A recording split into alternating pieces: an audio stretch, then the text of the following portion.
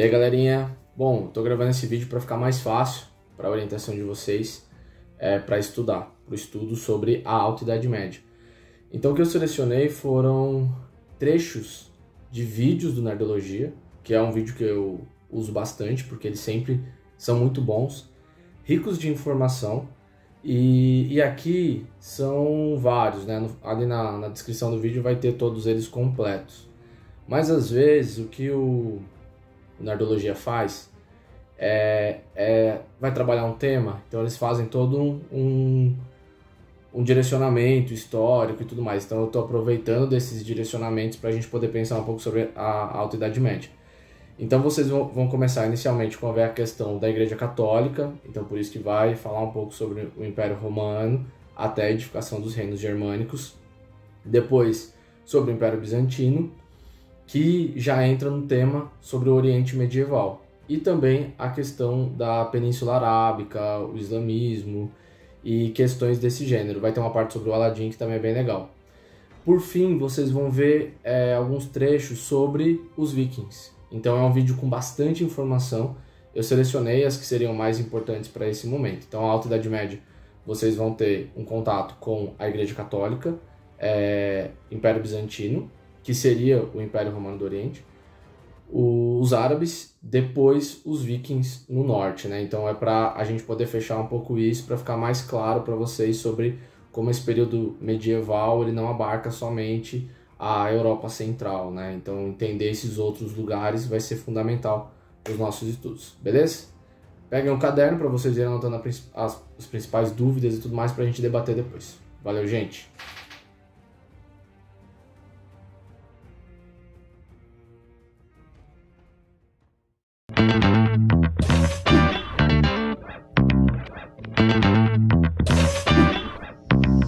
O Papa é hoje uma pessoa que, quando pensamos, raramente será em um contexto de grandes conquistas militares, comandar exércitos ou mandar em um reino. Na maior parte da história, entretanto, isso foi bem diferente e mudou faz pouco tempo. Na tradição católica, Pedro, o apóstolo, foi o primeiro Papa. Por cerca de 300 anos, o cristianismo foi clandestino no Império Romano, com diversos momentos de perseguição. Isso dificultava o estabelecimento de um patrimônio da igreja, mas dava um jeitinho. Terrenos e casas que eram, na verdade, da igreja, eram registrados como posse de clérigos ou fiéis. Com o reinado de Constantino, o primeiro imperador que se converte ao cristianismo, a religião é oficializada e o patrimônio da igreja é regularizado. O imperador chega a doar um palácio para servir de residência do Papa, o Palácio de Latrão, que existe até hoje. Quando o Império Romano do Ocidente cai, a península da Itália fica politicamente frágil, com vários grupos disputando o controle da região sem uma autoridade central. Ao mesmo tempo, por séculos o patrimônio da igreja cresceu, o que era chamado de Patrimônio de São Pedro. No início do século VI, a igreja era a maior proprietária de terras na Itália, e, embora existisse o imperador em Constantinopla, na prática, o Papa era a única autoridade amplamente respeitada pela população, especialmente na cidade de Roma e arredores. E respeitado não apenas do ponto de vista espiritual, mas para a administração de temas cotidianos, no que era chamado de Ducado de Roma. A região era cobiçada pelo imperador de Constantinopla, que afirmava ser o legítimo monarca daquelas terras, e também pelos lombardos, germânicos que vieram do norte. Essa situação dura até 754, quando os francos, liderados por Pepino o Breve, coroado rei pelo Papa, derrotam os lombardos. O rei doa diversos territórios ao Papa, fundando o Estado da Igreja, ou Estados Papais. Em 781, Carlos Magno formaliza essas fronteiras e, em 800, é coroado imperador pelo Papa. Agora o Papa, além de ser a maior autoridade espiritual do cristianismo, era também o líder de um reino. Temas de economia, administração e justiça faziam parte do cotidiano desse reino. O Estado da Igreja tinha sua própria moeda e posições de poder e de nobreza. Intrigas políticas começaram a fazer parte das disputas internas à Igreja, incluindo disputas de famílias rivais. Alguns casos são famosos, como o de Bento IX, o mais jovem Papa da história, aos 20 anos de idade, que se tornou cardeal por ser sobrinho de 2 papas anteriores, e o da família Borgia, um tema que vocês pedem bastante nos comentários. Pelos próximos 1000 anos, o Estado da Igreja será um dos principais reinos europeus, unindo o poder espiritual do Papa ao seu poder temporal como um rei. Ao mesmo tempo, ter o Papa como um aliado ou até mesmo controlar o papado torna-se importante para outros atores políticos. Principalmente a disputa de poder entre os papas e os principais monarcas europeus, como os imperadores do Sacro Império Romano Germânico e os reis da França.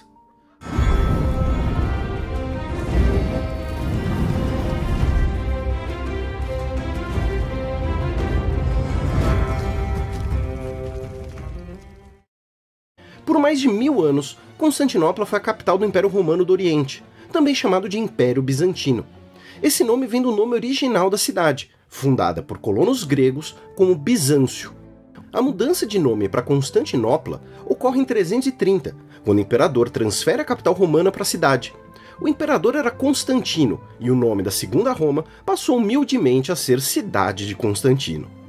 Parte do motivo da mudança de capital é pela sua localização, em um ponto importantíssimo estrategicamente, controlando o Estreito de Bósforo.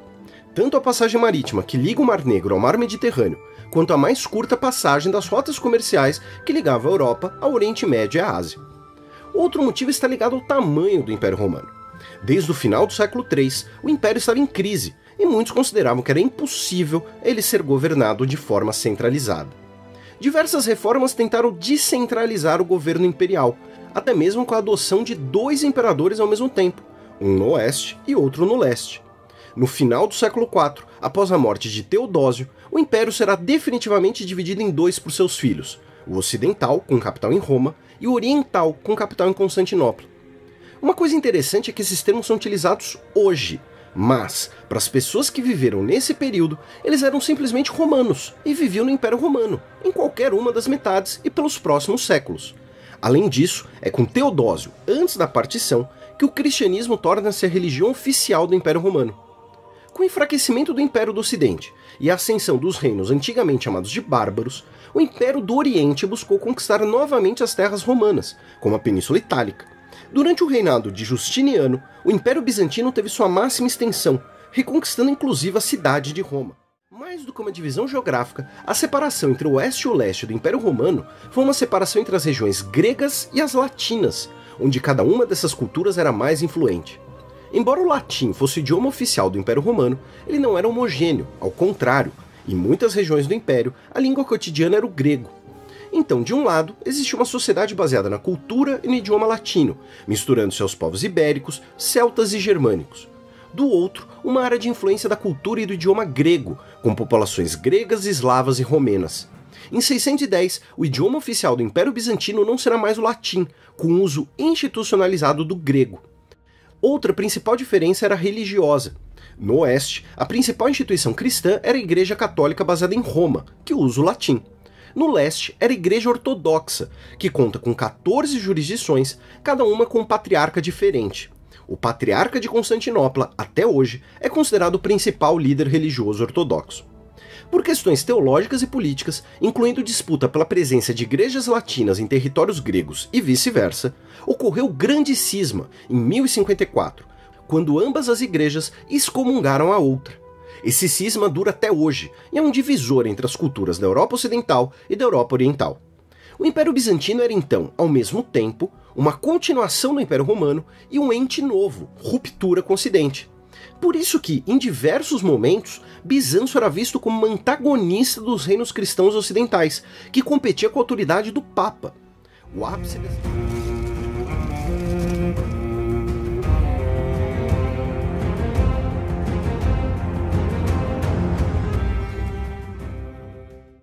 A história humana está ligada ao Oriente Médio, berço de algumas das primeiras civilizações humanas e local de surgimento das religiões abraâmicas, como o judaísmo, o cristianismo e o islã, que compreendem mais da metade da população mundial.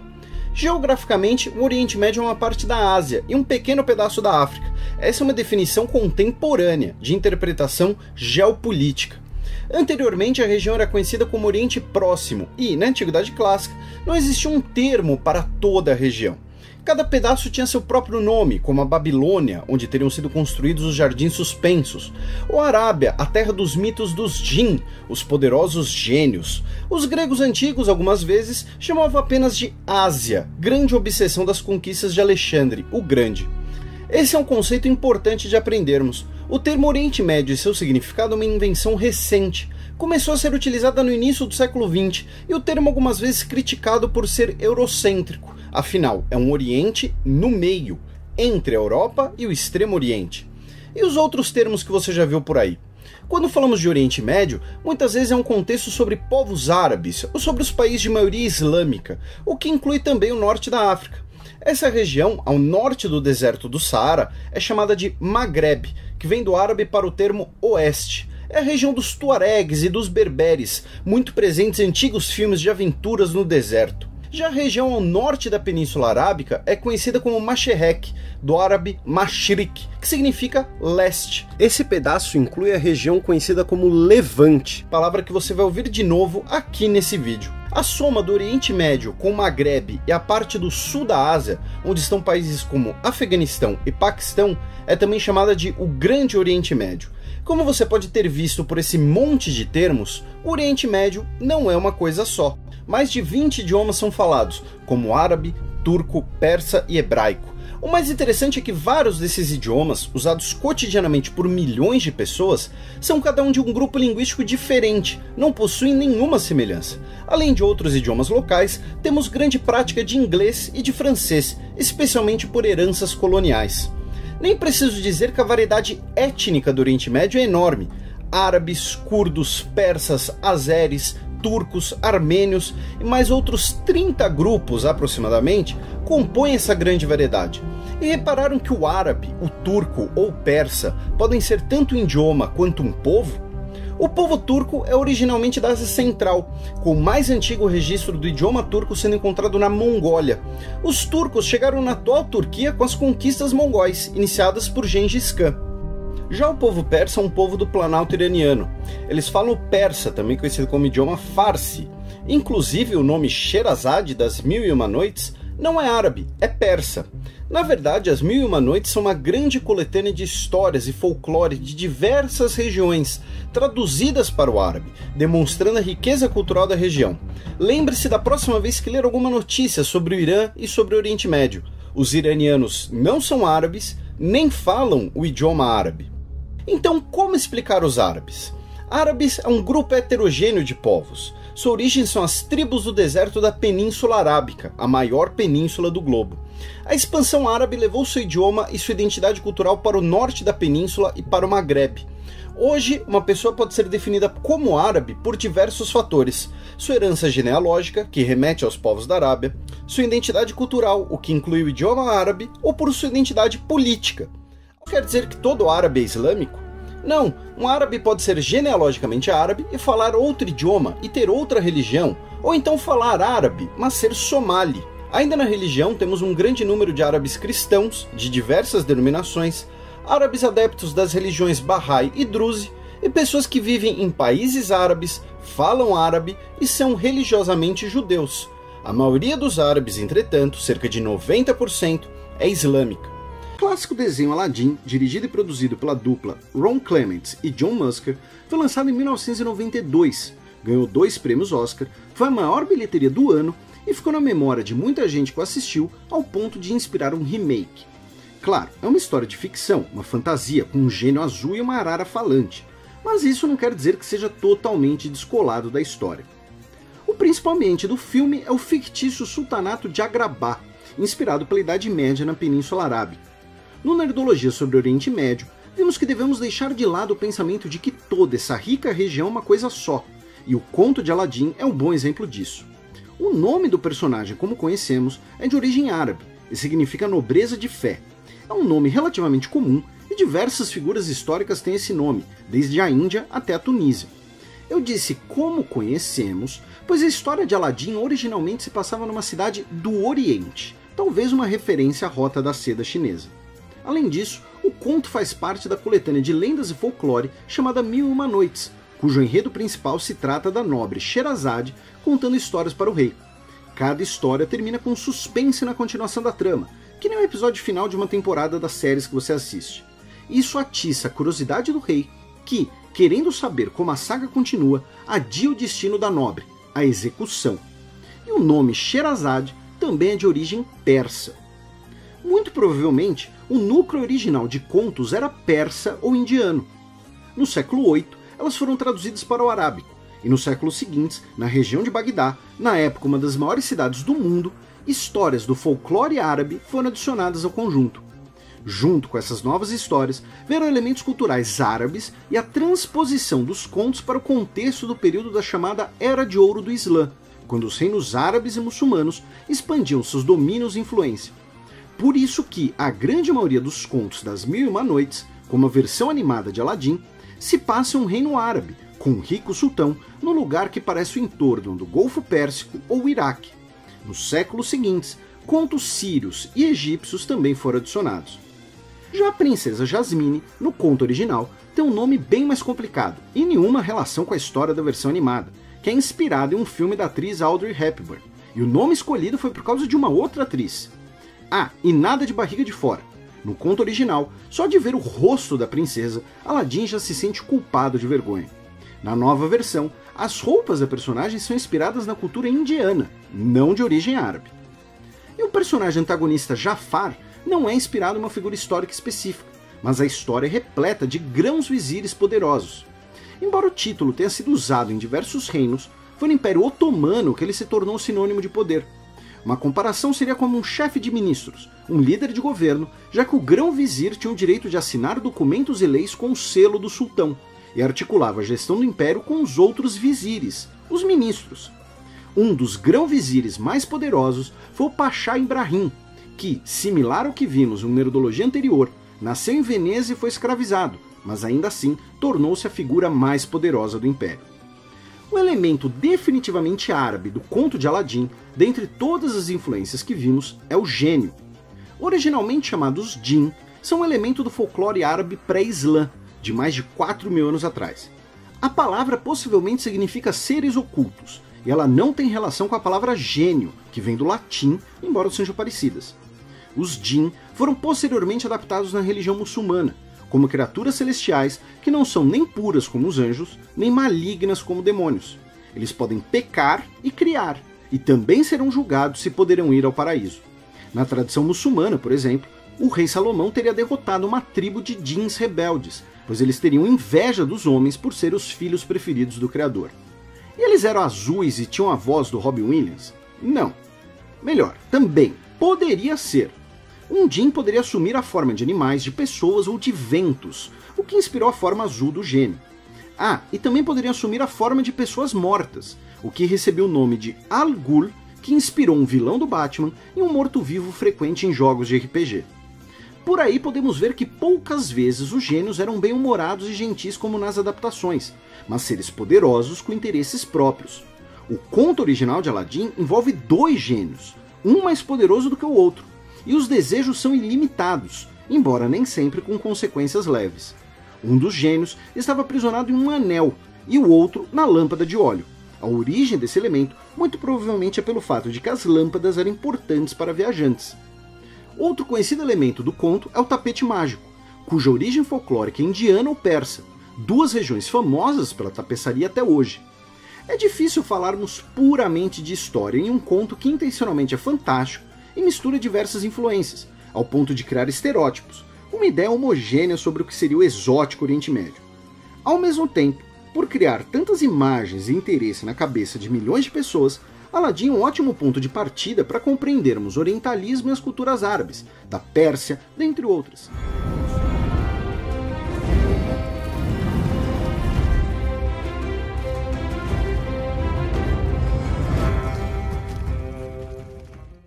Eles vieram do mar, pagãos, eles saquearam e eles mataram.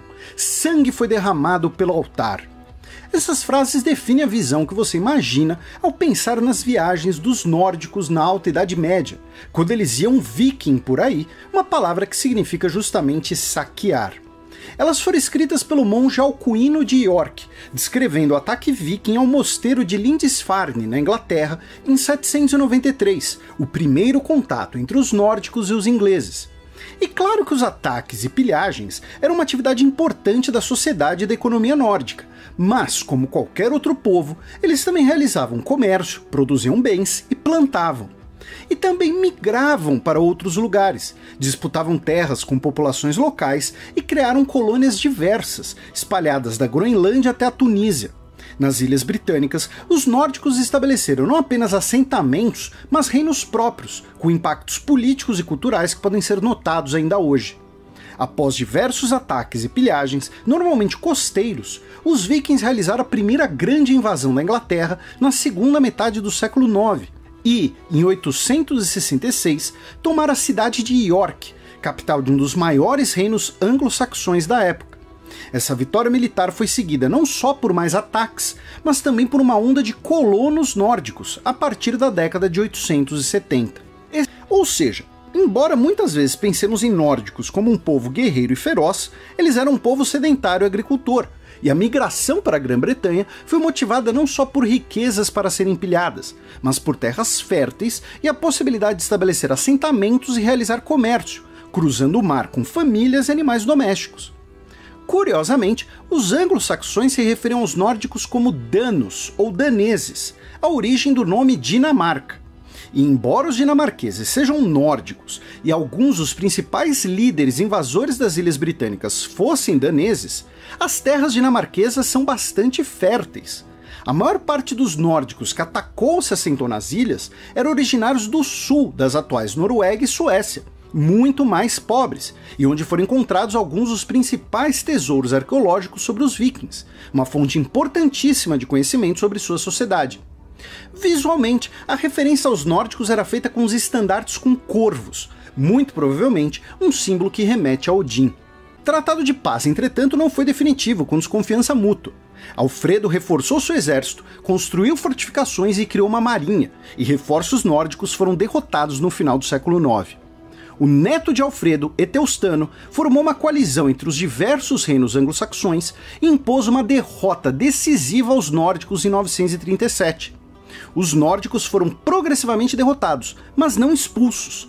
Chefes que aceitassem a autoridade de Teustano recebiam permissão para continuar nas ilhas e manter suas terras. O último chefe viking de Jorvik foi Eric Machado Sangrento, derrotado em 954. E isso não quer dizer o fim da presença nórdica nas Ilhas Britânicas. No século XI, o rei dinamarquês Canuto unificou suas terras à Inglaterra, e as ilhas ao norte da Grã-Bretanha, como as Órcadas e Shetland, estiveram sob reinos nórdicos por séculos depois, algo notável inclusive em suas bandeiras atuais. E, mais importante, lembremos que não existe botão de reset na história, e o legado dos assentamentos nórdicos nas Ilhas Britânicas são notáveis até hoje. Por exemplo, na composição genética de parte da sua população, nas palavras do idioma e nos nomes dos lugares.